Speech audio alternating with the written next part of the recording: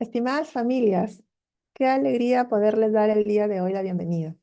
En esta oportunidad nos encontramos reunidos y esta presentación está a cargo de Maxime Roldán, Alejandra Seminario, Daniela de la Cruz y quien les habla, Gina Puente. El día de hoy queremos compartir con ustedes cómo se logra que nuestros estudiantes puedan leer y escribir.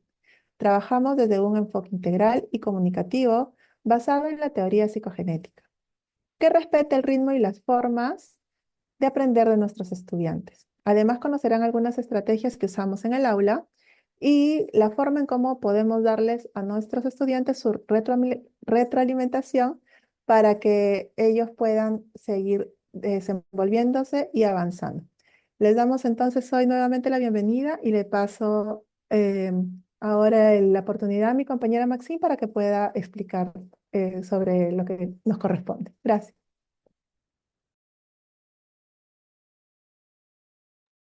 Muchas gracias, Gina. En esta oportunidad les voy a comentar un poco sobre la importancia, utilidad y sentido del lenguaje integral. Cuando hablamos del lenguaje integral, no nos referimos a aprender a leer, escribir, hablar y escuchar como cosas separadas, sino como parte de un mismo proceso. Es un enfoque donde el lenguaje se vive de manera natural y con sentido en situaciones reales. Así el niño no solo aprende palabras o reglas, sino que construye un significado, se comunica con otros y crece como persona. Siguiente. Ahora voy a comentar sobre el tema que es del lenguaje integral, pero vamos a hablar sobre un punto que es aprender con sentido y en contextos reales. Cuando trabajamos el lenguaje, buscamos que los niños aprendan en situaciones reales y con sentido. Como dicen Emilia Ferreiro y Ana Teberovsky, los niños no aprenden a leer o escribir repitiendo letras o sílabas, sino creando sus propias ideas a partir de textos que tengan significado para ellos. Por ejemplo, redactar una invitación escolar con un propósito concreto. El objetivo es que los estudiantes se sientan preparados para crear textos funcionales y de esta forma fomentamos la autonomía comunicativa. El otro punto, el siguiente, es el desarrollo del pensamiento crítico y la creatividad. El lenguaje no es solo para comunicarnos, también es una herramienta para pensar. Como decía Lev Vygotsky, a través del lenguaje los niños organizan sus ideas, planifican lo que van a hacer y reflexionan sobre lo que les rodea. Por eso, cuando les damos experiencias que implican analizar, interpretar y crear, estamos desarrollando su pensamiento crítico. Por ejemplo, proponer un nuevo final para un cuento. Y de esta forma, el objetivo hace que los estudiantes creen, se fomenta esta creatividad, la argumentación y la toma de decisiones fundamentadas. El punto 3, el siguiente, es transferencia del aprendizaje a todas las áreas.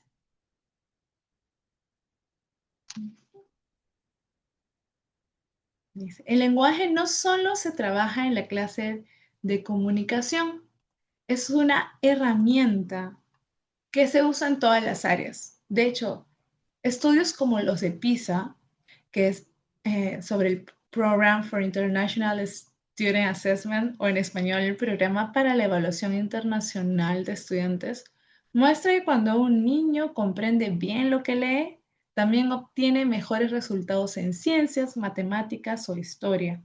Esto nos demuestra que el lenguaje es el vehículo para aprender. Por ejemplo, leer una infografía del ciclo del agua, resumirla y exponerla. El objetivo es acceder, analizar y comunicar información en distintas áreas, fortaleciendo el aprendizaje integral. El punto 4 es expresión personal e identidad. El lenguaje no solo sirve para aprender o comunicarse, también ayuda a construir quiénes somos. Como dicen Ken Goodman y Louis Rosenblatt, leer y escribir son actos muy personales porque en ellos los niños interpretan lo que leen, se posicionan y lo transforman desde sus propias experiencias y emociones. Por ejemplo, escribir un diario personal para reflexionar y expresarse. El objetivo es que esto fortalece la autorregulación emocional, la autoestima y la comunicación empática. Muchas gracias. Mi compañera Alejandra Seminario continuará. Les voy a hablar un poco más sobre el enfoque comunicativo. ¿Qué quiere decir esto? Quiere decir enseñar el lenguaje para usarlo en la vida real. Como nos estaba comentando Maxim, es sumamente importante que los chicos desarrollen ese enfoque comunicativo desde situaciones reales. Nosotros aprendemos el idioma para comunicarnos al 100% e interactuar de manera social con los demás.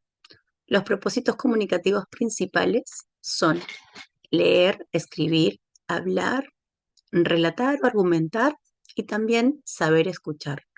Justamente todas estas acciones y estos propósitos hacen de nuestros estudiantes unos buenos comunicadores. Además, nos enfocamos en la funcionalidad del lenguaje, porque es tan importante poder comunicarnos para poder también resolver problemas, expresar ideas, nuestros sentimientos y definitivamente va más allá de ciertas estructuras gramaticales que nosotros podamos mostrarles. La lengua es una herramienta de interacción social. Según Vygotsky, el lenguaje es una herramienta cultural que desarrolla la interacción social, ¿cierto? Es bastante importante porque nuestra primera interacción social se da justamente a través de lo que nosotros vamos comunicando. Además, eh, se va dando con los niños, sobre todo desde situaciones muy reales en las convivencias que ellos siguen generando, no solamente en el aula, sino también dentro de su núcleo familiar.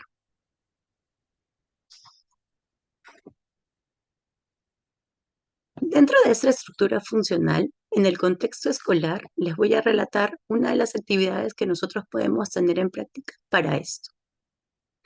Dentro de el espacio que tenemos para poder comunicarnos entre todos y tener una sana convivencia, proponemos una actividad de elaborar acuerdos esenciales. Estos acuerdos esenciales deben incluir el respeto, la puntualidad, el cuidado de los materiales, entre otros, que justamente tengan como propósito no solamente expresar ciertas normas, sino también el compromiso de ellos a cumplirlos y tener como resultado, además de una escritura con intención real, es que este tipo de comunicación va a estar expuesta para que los niños generen una mejor interacción entre ellos y trabajen en comunidad. En cuanto a la competencia comunicativa, Del Hines nos hace saber que la lengua implica usar un lenguaje de forma adecuada según el contexto donde nos encontremos. Va más allá, según Chomsky, de la gramática como ya les había comunicado. Si bien es cierto, nosotros tenemos en el lenguaje una estructura que respetar, algunos tiempos, entre ellos aprender también sustantivos, adjetivos, etcétera, para poder justamente elaborar oraciones, ¿cierto? Y textos a su vez. Va a depender mucho, esta variación va a depender mucho del contexto donde nos encontremos. El lenguaje se puede adaptar según el contexto, el propósito y sobre todo a la audiencia o a las personas con las que nos estamos comunicando o nos dirigimos. La interacción oral significativa. Una actividad que nos puede ayudar justamente para esto es presentar a otra clase el paso a paso de un experimento. ¿Qué quiere decir esto? Una presentación oficialmente sobre algo que los chicos puedan haber investigado y además puesto en práctica. ¿Cuál es el propósito de esto? Justamente darle la explicación del procedimiento de una forma clara, también que siga una secuencia y justamente sea atractivo para la audiencia a la que se dirige. El resultado que obtenemos con actividades como estas es el uso de conectores como eh, los que muestran secuencias, primero, después, por último. Además, tener un tono adecuado de voz, continuar con el contacto visual, generar justamente también espacios donde puedan tener un lenguaje adecuado para la edad en la que se está explicando, ¿no? Es importante tener en cuenta que estos contextos y además el grado al que se está dirigiendo o la audiencia a la que nos estamos dirigiendo. El lenguaje como construcción con sentido. Ken Woodman nos dice que leer y escribir van a la par. ¿Por qué van a la par? Porque construyen un sentido en contextos sociales. Enseñar el lenguaje como una práctica social significativa. Tener ciertas tareas lingüísticas también lo hacen funcional y los conectan al día a día o a la vida del estudiante.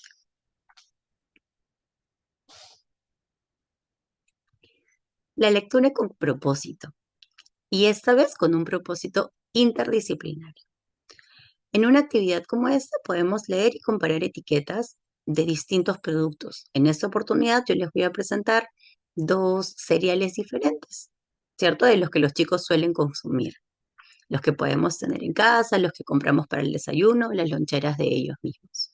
Cuando los llevemos justamente para ver eso, podemos presenciar cuál es la tabla eh, de ingredientes con los que cuentan estos alimentos, ¿no? Vamos a poder evaluar el contenido de repente del azúcar, de la fibra, de las calorías que tienen por porción.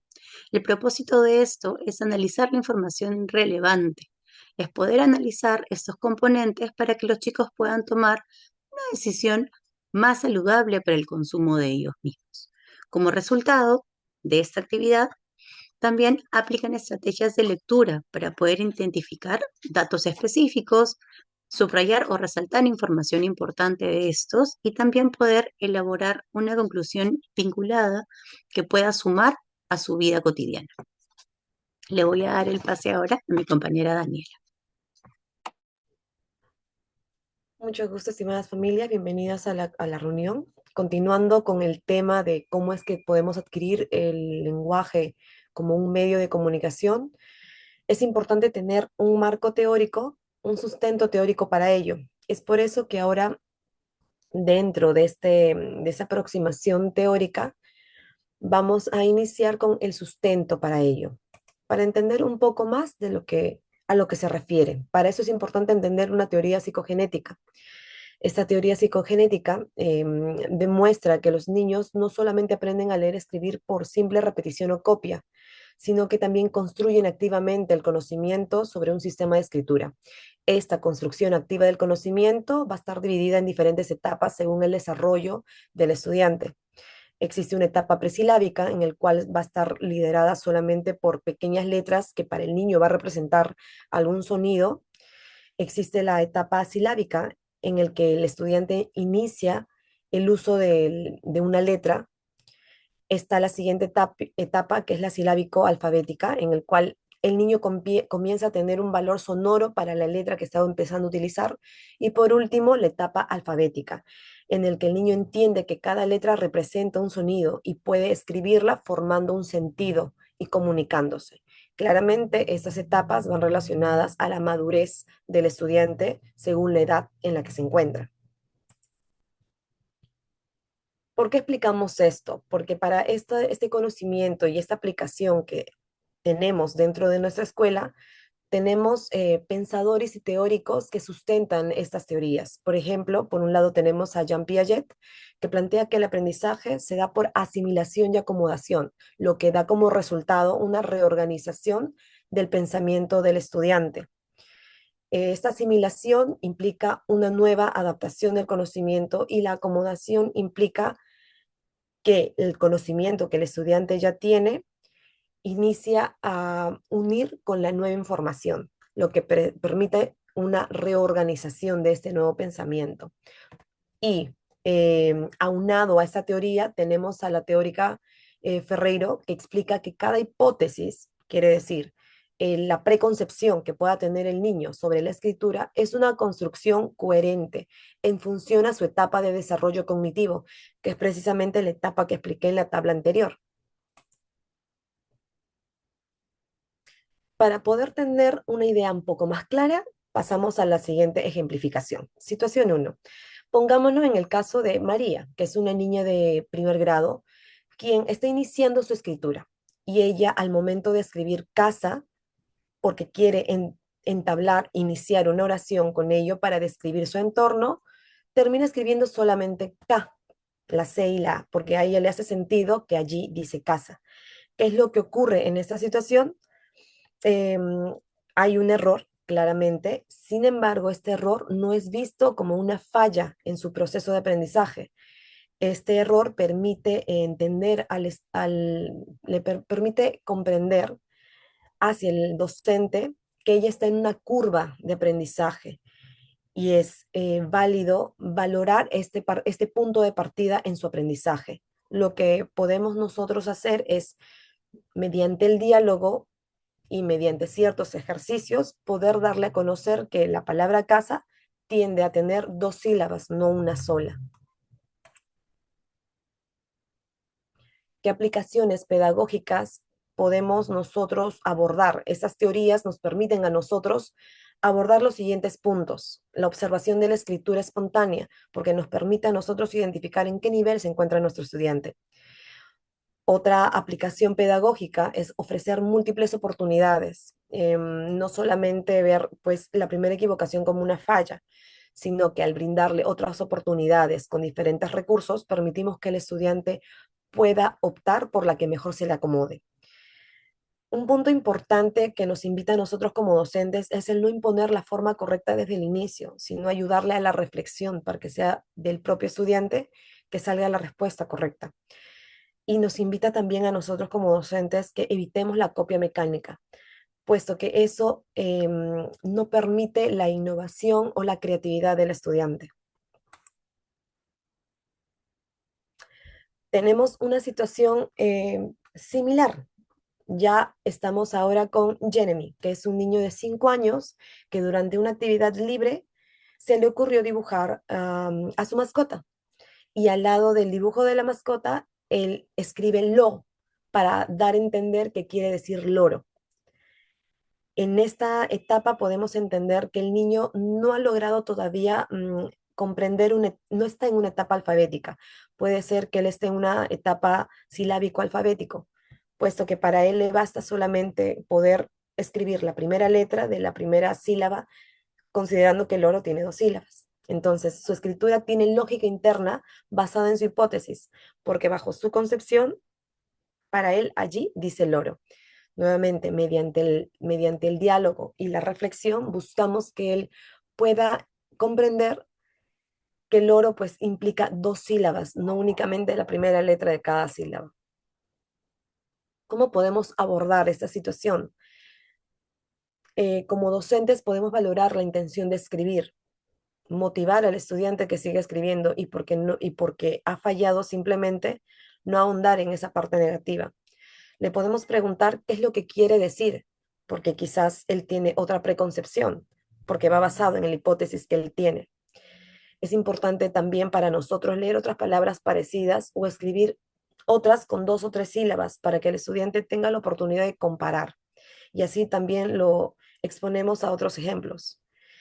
Y una estrategia importante es también proponer juegos sonoros en el cual él pueda identificar mediante la fonología qué clase de palabras son las que mejor se ciñen a las que él quiere representar. Esto también permite enriquecer su reflexión. Muy bien, estos ejemplos van a ir aunado y van a ir bajo un soporte teórico de diversos autores. Por ejemplo, tenemos a Jean Piaget desde el constructivismo. Él menciona y plantea que el aprendizaje se da por asimilación y acomodación. Esta teoría que él tiene del constructivismo tiene una implicancia en la parte pedagógica, en el rubro pedagógico, puesto que nos invita a nosotros como docentes y pedagogos crear experiencias donde el estudiante explore, compare, reflexione y reorganiza su pensamiento sobre lo que lee y escribe. Un ejemplo, tenemos a un pequeño de 6 años quien inicia comparando la forma de escribir, tanto su forma de escribir como la de sus compañeros con el cual él se siente en un salón de clases. Esta situación de hacer su comparativa de por qué mi letra es más legible que la de otros o por qué mi letra no se entiende y la de los otros sí, a él le da la oportunidad de reflexionar y en base a esta reflexión le permite a él encontrar una oportunidad de poder mejorar. En esta situación nos invita a nosotros como docentes a promover la reflexión metalingüística. Queda claro que este niño se encuentra en la etapa preoperacional, puesto que tiene 6 años, ¿no? Y en esta etapa se busca fomentar la imaginación con juegos simbólicos y actividades prácticas. De pronto, pues construir historias sin palabras, más que con imágenes, puede promover también una reflexión metalingüística. Por otro lado, tenemos a las teóricas Emilia Ferreiro y Ana Taberowski, quienes exponen la teoría de la psicogenética.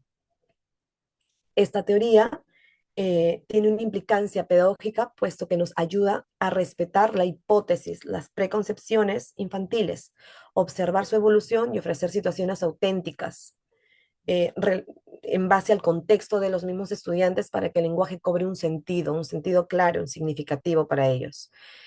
Un ejemplo en base a esta teoría que se ve reflejado en nuestro quehacer docente es que dentro de un juego espontáneo en el cual está contextualizado para la realidad de ellos, se pide que los estudiantes creen una lista de compras. Entonces, la docente puede evidenciar que existen ciertos errores al momento de escribir. Nuevamente, no vamos a puntualizar el error, pero sí podemos hacer la reflexión de la forma correcta de escritura y cómo es que podemos mejorarla. Para eso es importante identificar en qué etapa o qué nivel evolutivo se encuentra el estudiante, si en la presilábica, la silábico-alfabética o la alfabética.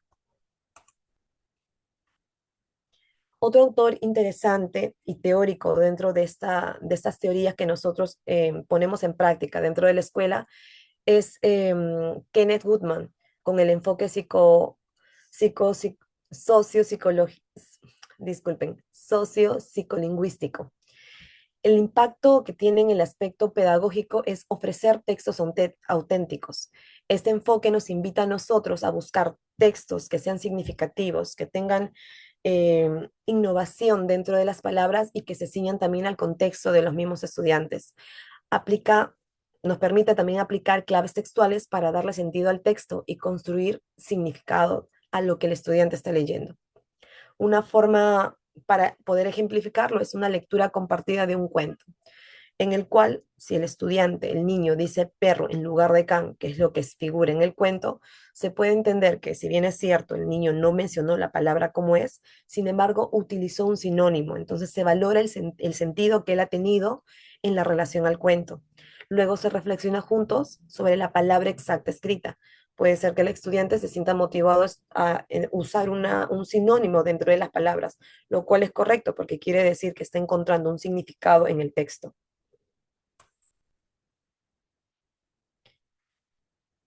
Pasamos a la zona del desarrollo próximo. Es una teoría que fue trabajada por Vygotsky.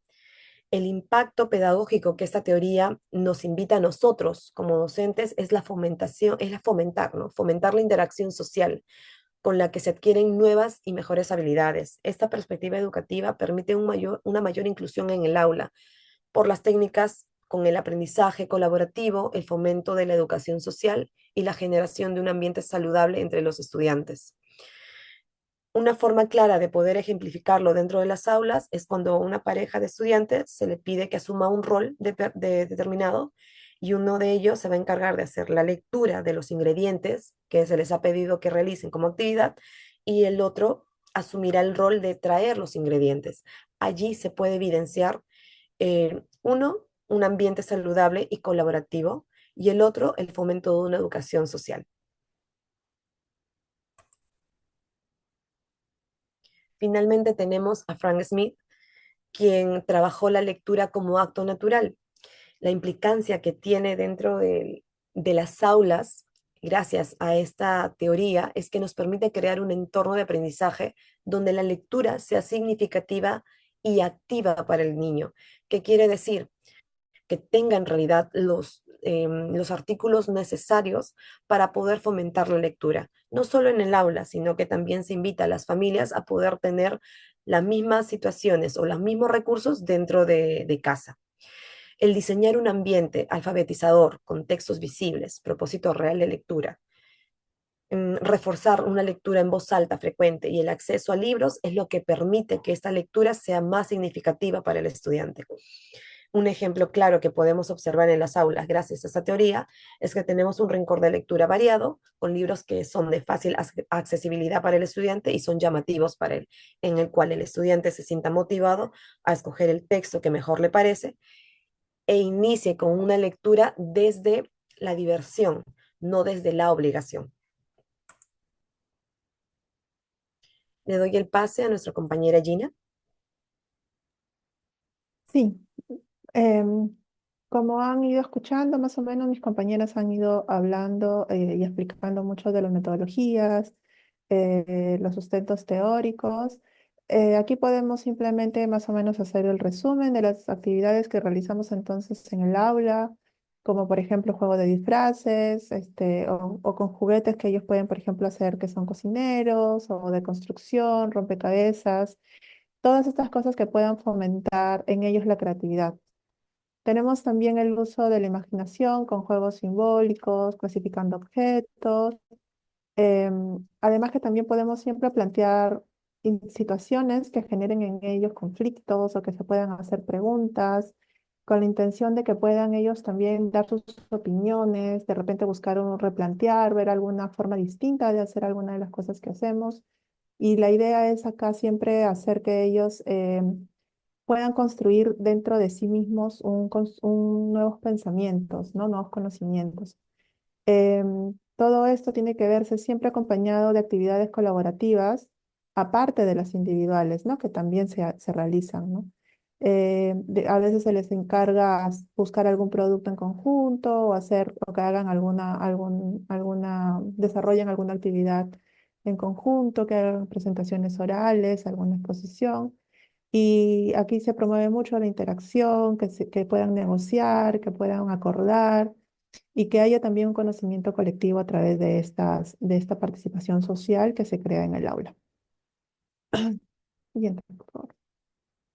Entre todo esto, lo que vamos explicando hasta ahora en nuestra presentación, nosotros queremos mencionarles, ya que por eso los hemos invitado, que el rol de las familias para nuestros estudiantes es muy importante. La familia es el cimiento de cada persona. Con ustedes tenemos que siempre fortalecer todas estas situaciones que en el aula se dan. Por ejemplo, si nosotros leemos un cuento, que de repente pueda él llegar a casa con toda la confianza, decir cuál es el cuento que se leyó, que se trabajó, de repente volver a leerlo, hacerle preguntas, que explique con sus palabras qué entendió, invitar a que diga si hay alguna palabra que no conocía y ahora que entiende esa palabra, o de repente ayudarlos a investigar, de tratar de despertar su curiosidad. Entonces, en la familia tiene que haber ese momento en el que alojamos a los niños, y así junto con la escuela, animar a que nuestros estudiantes se enfrenten los retos que hay cada día, que piensen, que analicen y que puedan crear también cosas nuevas con todo lo que ellos van aprendiendo. Por favor. Entonces, ¿cómo pueden reforzar? Estos son, por ejemplo, algunos de los em, ejemplos que les podemos dar, o algunas estrategias, como hacer lecturas compartidas, conversar con historias familiares o cuentos sin palabras, o de repente un cuento y que ellos le hagan un final distinto, ¿no? Que vuelvan a pensar qué pasaría si y cambien cosas. Hacer rutinas lúdicas integradas, hacer rimas, juegos, cantos, de repente hacer trazos con plastilina. O de repente tener, de todas maneras sería ideal, eso es siempre una recomendación, que tengan en casa un ambiente que pueda servir para una lectura tranquila, ¿no? Un rincón especial y que tengan libros que ellos puedan utilizar libremente según según sus intereses. Ahora nos gustaría también presentarles la forma en cómo nosotros evaluamos. Antes que eso, hay que tener claro que hay dos tipos de evaluación, la evaluación cuantitativa y la evaluación cualitativa. Em, en la cuantitativa, que es lo que normalmente nosotros hemos conocido, por lo menos yo cuando he sido estudiante, se utilizan los datos numéricos, ¿no? Para medir, analizamos simplemente un rendimiento, a eso le ponemos un puntaje y tiene una nota, ¿no? Eso es lo que normalmente puede ser en un examen. En cambio, la evaluación cualitativa es una evaluación que se centra en la descripción, en la comprensión, está enfocado en comprender las cualidades del proceso, ¿no? Como mencionó, por ejemplo, Daniel hace un momento, para ver la curva de cómo según ellos van desarrollándose, y nosotros podemos saber entonces de una forma más detallada qué es lo que el alumno está aprendiendo. Siguiente, por favor. Entonces, en este sentido, nosotros evaluamos de manera cualitativa. ¿Para qué? Porque podemos hacer así una retroalimentación. ¿Para qué nos sirve esta retroalimentación? Porque así nosotros podemos, de una forma más idónea, aconsejar al estudiante hacerle un acompañamiento por decir, si nosotros le damos un texto y el alumno puede encontrar la idea principal, pero no tiene muy buena forma de escribirlo, de repente solo usa un conector. Ok, nos dimos cuenta que tú has hecho esto, pero necesitamos que de repente puedas aprender a decirlo de otra forma y le podemos poner un conector, les podemos enseñar un conector más, un además, un por eso y cosas así. Entonces, lo que nos ayuda a esta retroalimentación es ver de una forma más personalizada el avance de cada alumno. Nos permite a nosotros como docentes ver desde dónde está empezando y hasta dónde cómo tenemos que ir avanzando para llegar al nivel esperado. ¿No? En esto se centra la retroalimentación para la evaluación cualitativa. Por favor. Eh, yo quiero dar otro ejemplo. Por ejemplo, en una evaluación cuantitativa, hacemos un examen sobre 20. Si el niño saca simplemente 15, contamos, ¿no? Literalmente esto es un punto, dos, tres. Ok, y tenemos una B. Sin embargo, no necesariamente si lo hacemos de forma cualitativa tendría esa nota. ¿Por qué? Porque tendríamos que ver no solamente la solución, sino que de repente también ver en qué destaca, si hay una pregunta en la que destaca o otra a la que de repente podríamos nosotros ayudarlo a comprender mejor, ¿no? Eh, Esto es importante para que nosotros como profesoras podamos ver la necesidad del alumno. Y además nos sirve mucho para la planificación y ver actividades específicas, tanto como para el aula como para cada alumno, ¿no? Y así siempre, no, ya que trabajamos en lo que todavía falta, no simplemente damos un check, como dice, ah, ya, hasta acá está, sin hacer ningún análisis, ¿no? Entonces es por eso que es necesario que nosotros trabajemos mucho con la evaluación cualitativa porque es algo que se podemos ir viendo paso a paso. Siguiente, por favor. Cuando nosotros comenzamos a hacer un análisis, los alumnos a veces cometen errores. A veces se sentía uno muy mal cuando había un error. Sin embargo, ahora, según todo lo que vamos viendo con los autores que tenemos, es importante a veces que hayan errores, son parte del aprendizaje. Ferreiro Teveroski comenta, por ejemplo, de que el error es una huella de razonamiento infantil. Si un niño escribe come con K en lugar de con C, vemos que él está aplicando la lógica para escribir. Simplemente lo único que falta es que aprenda bien la regla gramatical, que eso viene con el tiempo. Pero él ya lo razona y puede escribir la palabra. Según Piaget, es un proceso de construcción del conocimiento que va a permitir al docente ver cómo el niño organiza su información y así puede ir avanzando a un nivel superior, ¿no? La idea es que el error sirva para promover el aprendizaje. En la visión pedagógica actual, entonces, estos son enfoques constructivistas que el error termina en realidad de ser el motor para un aprendizaje creativo.